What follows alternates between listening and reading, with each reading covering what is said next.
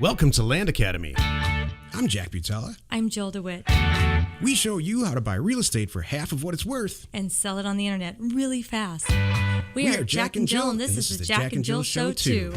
With over 15,000 completed transactions, we're the experts at acquiring property. Of all kinds, not just land. For half price and flipping them for way more. All right, let's get this show started. Jack Butala with Jill DeWit. Happy Friday! Welcome to our show today. In this episode, Jill and I talk about how land investors mitigate risk. And I have to admit, I'm excited about talking about this. I talked about it a little bit on our weekly call on Thursday, and it decided to do a whole show on it because I haven't thought about it in a while, but man, this is so much less risky than flipping houses. Totally. Before we get into it, let's take a question posted by one of our members on the Land Academy community website. It's free. Okay. Ryan asked, what is fractional ownership of a parcel? It's sweet. I can tell you I found out what this is the hard way. This is going to be good. All right. We're not picking on you, Ryan. I promise. This is funny. Is there anything I can do about it when I'm trying to acquire a parcel with fractional ownership? Don't do it. Don't buy. Great. Do you really want 1/3 of that property? Quite some time ago, somebody in California got the bright idea to assign APNs, accessory parcels numbers, to individual owners of like fractional ownership. Like if Jill and I went and bought a piece of property, 40-acre property, it would get 2 APNs. Right. And so and you could predict what's going to happen. It turned out to be a massive mess. One person passes away. What happens? We don't know. Exactly. Instead, to rectify it now, title companies and attorneys, they rectified it by taking different ways to take title. Right. Tenants in common. Tenants, tenants in common, joint tenants, lots of different ways. So if one person passes away, the way that title is taken, it addresses that upon death. Dictates what's going to happen. Yeah, that's right. And that's the right way to do it. So as far as, so I have sent out letters, like all of us, offers over the years, and incorrectly sent them to fractional ownership. Because it's hard to tell if you're looking at a list of APNs which ones are and which ones aren't. Right. And accidentally bought a fractional, close the deal. Yeah. And you don't want to do that. Don't want to do that. Because it's just impossible to track the other person down. Maybe they passed away, their heirs or wherever. It's a mess. It can be I a still mess. see, by the way. You have to. The only way to rectify it is quiet titling it. Yeah. Well, I would say we still have one or two that we just kind of said we're just not going to worry about it. We just let it go. And I still see the tax things coming through where it shows our company name. And this is from with this other guy's name on 8 it. years ago. Ivan something, and I'm like, this is hilarious. I'm like, yeah, we're ever going to do anything with it. We don't even know who this Ivan guy is. We'll never see him. So I hope he uses the property because we're not. That being said, think with me here. You could buy this thing, all right? Buy this fractional ownership. Maybe you get it for next to nothing. $100, right, for a 40-acre property, let's say. This is not inconceivable because no one wants to touch it. You're the only person. And then you quiet title the heck out of the thing because you become an expert in that, or you find an expert in the area, an attorney, and quiet title it for all the other owners, and now you own a 40-acre property for $100 plus quiet title fees. Could it backfire? Could somebody say, read the newspaper like it's 1948, where you have to post it from a statute standpoint and say, oh my gosh, that is my property? What are the chances of that? Right. Meaning, I think I'm gonna describe it a little bit differently.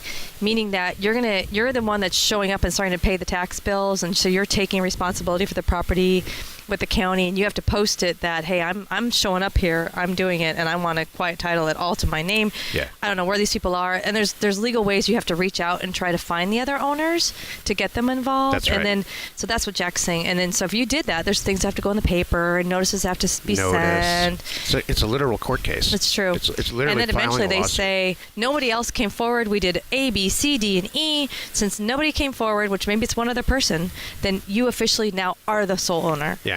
So that's a process. So I've quiet titled property, and I've had properties quiet titled against me, and it's no big deal. Exactly. You just follow the rules. You have to be super, super Johnny on the spot. It's true. There's time frame requirements, and if it says 30 days, they don't mean 31. They mean 30. Exactly. So. But once you do one, you get it under your belt, and the laws are all different all over the country. And it's not called quiet title. It's called adverse possession. That's the concept, and then that's the Roman numeral 1. And then the quiet title is one of the ways to do that. Exactly. Good question, though, Ryan. Thank you. I know. Ryan only asked the time. He didn't ask how to build a watch. How the watch works? Exactly. So, by the way. Thank you for making this show interesting, You're welcome. Jill. You're welcome. Thank you. Here to help. Last Thursday, for all you members out there, you know this is, but if you're not a member, A week ago. Jill's in New York at a fashion thing. Oh, yeah. And I did the weekly call myself. And all the staff was their heads were on the desk. They were sleeping. I gotta say, it was so funny because I'm in New York. At the time, I could break away, and I could throw on a headset, and I could call into the call and at least say hello to everybody. I was backstage at New York Fashion Week, helping hang up dresses. Not kidding, with these gorgeous gowns because my friend is a designer, and so we're there supporting her, and I'm telling everybody where I'm standing, and I'm in this hallway, and there's models, and they're all changing clothes, and there's just beautiful people and beautiful gowns and all this stuff, and I'm calling in, and I'm like, hey, yeah, how is everybody? You watched models change their clothes? I did. Oh, I saw some of the models were full on nothing underneath, by the way, because it didn't work with what they were showing. So as they're walking out, you're like, I'm seeing she doesn't have anything on under there. So anyway, my point is, especially because we're that close, we were that close in the little area right to the right where the VIP sit. That's where we were. So it was awesome. And then all the photographers I forgot what this are up. show's about already. Yeah. Anyway, so yeah, over here, Jack. Over here. Woohoo! Eyes on me. So my point was with your member call that was by yourself, and I called in and I'm like, hey, how is everybody? Silence. And it was so funny because our staff was saying, yeah, nobody's really asking a lot of questions this week. It's really kind of quiet. I'm like, that's what happens. I'm like, I feel bad. JackWithoutJill.com. Oh, yeah. I'm like, all right, well, I'll be there. Here I am. I'm alive. I'm well. I'll be back. So good stuff. So back to what's our show? Do you have a question? Or you want to reach out to either one of us? Check it out on landacademy.com. So today's show is all about how land investors mitigate risk. And so that's the short version of the title. The long version is it makes so much more sense to invest in land as a land investor versus houses. Yeah. You know, there's so many things that can go wrong with the house, especially if you mortgage it, finance the deal. You know, think about it for a second. You're buying a piece of land. If it burns down, it's not going to be any less valuable. In fact, sometimes burning all the stuff off of it makes it more valuable. Exactly. You just cleared away all that debris. So, you know, think about, the things that can go wrong in a house that you buy to rent out. Just think about it. Go ahead and list a few. Washing machine. Well, we've done a lot. Oh, my washing machine doesn't work. Yeah. I don't know. Someone slipped in the pool. There's so many things. They're just not paying their bills. They're not paying the rent. That's a big one. You got a victim. Yeah. There's roof leak. Bring it. There's all kinds of things that can go wrong. Yeah. That you have to take care of. That are they're out of your control. So in a land deal, in my opinion, you have control. Mm-hmm. You know, if something really goes sideways in a land deal, it's probably because you paid too much, and you have control over how much you pay. Right. If something goes sideways in a house deal or an apartment deal, and you financed it, it could be because it rained. Right. You know, and it rained hard for 2 weeks. You know, that's not your fault, and you have no control over that. If it rains hard for 2 weeks on this piece of dirt that you own, that's good. Well, and you know what the thing is too? I don't have to go out and see it. I don't have to babysit it. That's a big thing for me. For what we do, and with land, I'm buying and selling land all over the country. You don't have to ever go look at it. Number one, doesn't matter where I am, and it doesn't matter where the property is. It's all about the numbers, and it's great because we have so many people in our world that are in other countries that are buying and selling land here too. So you don't have to even be in the United States, nor do you have to be a citizen. You know, it just takes all that out of it. Gosh, so. There's no risk with the property, like you said. No risk about where I am. I don't have to see it and do something to it. What are your other? It's really easy from when you look at the back end of an assessor's database, like we do. That's how we send mailers out to owners. to assess. Once you know it's vacant, which is and it's not vacant. Once you know that it's not there's nothing improved on it. There's not a house on it or roads. It's very, very simple to value it right out of the assessor's database, in my opinion, and then consequently easy to send offers to owners that work. Houses, it's very, you don't, without looking at the physical asset, which none of us have time to do, Right. it's very difficult to really value it. If it's in a master plan community or it's got some sales comparisons around it, you can kind of guess, and we do buy a lot of houses that way. Right. But there's nothing beats a good piece of land that nobody wants anymore from a money standpoint. It's virtually risk-free. Oh. If it's got drive-up access and you're buying a property that's less than 50, maybe 20 to 40% of what they really sell for, how can you lose? Exactly. I got one. I got another one. One of the ways that we mitigate risk is we pay cash. Yeah, There's no financing. So it doesn't matter to me if it sells tomorrow or a week from tomorrow or a month from tomorrow. I'm not worried about it. I'm not paying a mortgage. The bank's not looking for me. You know, I'm not Taxes I'm not trying to flip it real quick because, and then there's a delay, you know, and I'm losing money because of that. Right. Yeah, and the taxes are a lot cheaper. So I you know, I seriously, at the end of the day, no matter what asset you're buying, even if it's a residence, because that's the way we roll too, is, God, when you pay cash for it, it's so nice. You sleep so well at night, knowing that it's paid for. Well, it's an asset on your balance sheet, and on the right side of the balance sheet. Exactly. The correct side is what I mean. The correct side. It's on Not the right side. Left side of the balance sheet and a little bit on the bottom right. That's the accounting coming out. Left, bottom, right. And there's nothing in the upper left-hand corner. All you accountants out there are snickering. And I have no idea what he's talking about. And Jill's out. Assets, liabilities, equity. Assets minus liabilities equal equity. Ah, got it. Okay, got it. On a cost basis, here's the kicker. That you have to be recorded on a cost basis. So if you bought a 40-acre property for $4,000, but it's worth 22, how do you account for it then? You just jump up and down. It doesn't matter. Oh, good. Because you don't report to anyone because it's your land and your career. That's and true. There's no structure. That's true.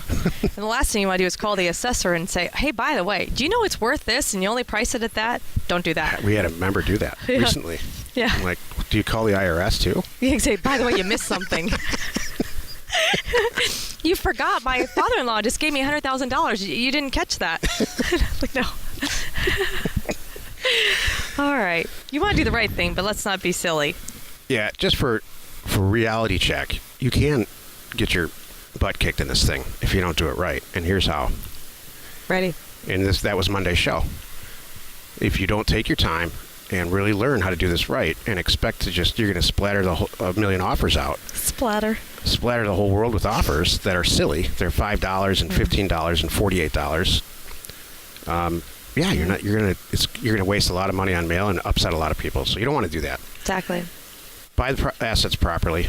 The one I see is people overpay. I see it all the time. That people have overpaid for something and they're trying to get something more out of it than they really can. And I have to just tell them, just cut your losses, get rid of it, and move on. Yeah. You mean like overpaid for a property? Just because they wanted to do a deal so bad? They just didn't know what they were doing. Oh. They didn't. They because I have a lot of people that it's interesting. People that came to me that they think they're investors. And they own a couple properties that they bought, and they're wondering why they didn't sell. And I'm going through different things, and I'm asking them, too, about the pricing. I'm like, why is it priced so high? And they're like, well, I paid X for it. And I go, oh, and there's the problem. Yeah, you know what? I'm going to say this sentence. Never, ever buy a piece of property. I don't care if it's land or an apartment building or anything in between, house, for more money than the cheapest property in the environment, in the market. Perfect. That's available. Perfect. So if you go to a website, Zillow, Trulia, LandWatch, Land and Farm, or our site, LandPin, any of them, and you're buying a 5-acre property like Kathleen disclosed yesterday for $2,200, you're buying 5 acres, and there's 10 of them that are posted there for $2,300 or $2,400. Don't do the deal. Right. Or go back and say, I only can pay $1,500. Yep. And it's the same thing with houses. You do not ever, and it's so. Whoever bought property incorrectly that you're referring to. They could have rectified that in 5 seconds. I know. They didn't know. They overpaid. And then when I bring it to them and I point it out, they go, Yeah, that's why the guy was jumping up and down. Yeah, that's why he was jumping up and down. Yeah, that's another way to, indicator. Yeah, if your seller says "hot damn" as they hang up the phone or something like that, you might be overpaying. No. If you walk into a dealership and do a deal and everybody's jumping up and down except you, yeah, that's not good. And they start throwing in free things like we'll deliver it and here's flowers. Here's a toaster and stuff. Yeah. You know? Yeah. We're going to fill up the gas tank. Yep. And my never mind. I was going to throw in some snarky humor about getting a date, but not good. All right, thank you. Thanks for saving that. I appreciate that. If you have a question or you want to be on the show, sorry. Let me turn the page. How about join us in another episode where Jack and Jill discuss information. That's me. And inspiration, that's me, to get just about anything you want. We use it every day to buy property for half of what it's worth and sell it immediately. You are not alone in your desire to buy assets, risk-free ambition. Nice. Thank you. Good show, Jill. Good week. Friday. Thank you. Thank you very much. It's Friday. I like this video thing, I guess. I think this could be really good. I'm anxious to see how this all comes out. I think we should, next week we'll do it in different locations each day. We'll just do one each day. That'd and then try to get a boat.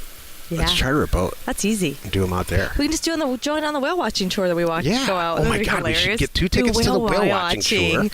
And walk around with this on. And just do the whole show while the whale watching thing's going on. Or we could take like a... wouldn't that be fun? Shuttle to Catalina. And do it from Catalina. Or just do it on the shuttle. That too. It's a long ride. I know. It's bumpy. It's a long ride. Well, today's a good day. I wonder if we can get a water taxi from here to Marina Del Rey. Sure we could. We should do it on... Oh, my gosh. Done. These are Lots good of ideas. All right. Okay. Information and inspiration to buy undervalued property. We are Jack and Jill, and this was the Cash Flow from Land Show. We are the experts at acquiring property of all kinds, not just land, for half price, just so we can flip it for way more. And really fast. Thanks for listening. You are not alone in your real estate ambition.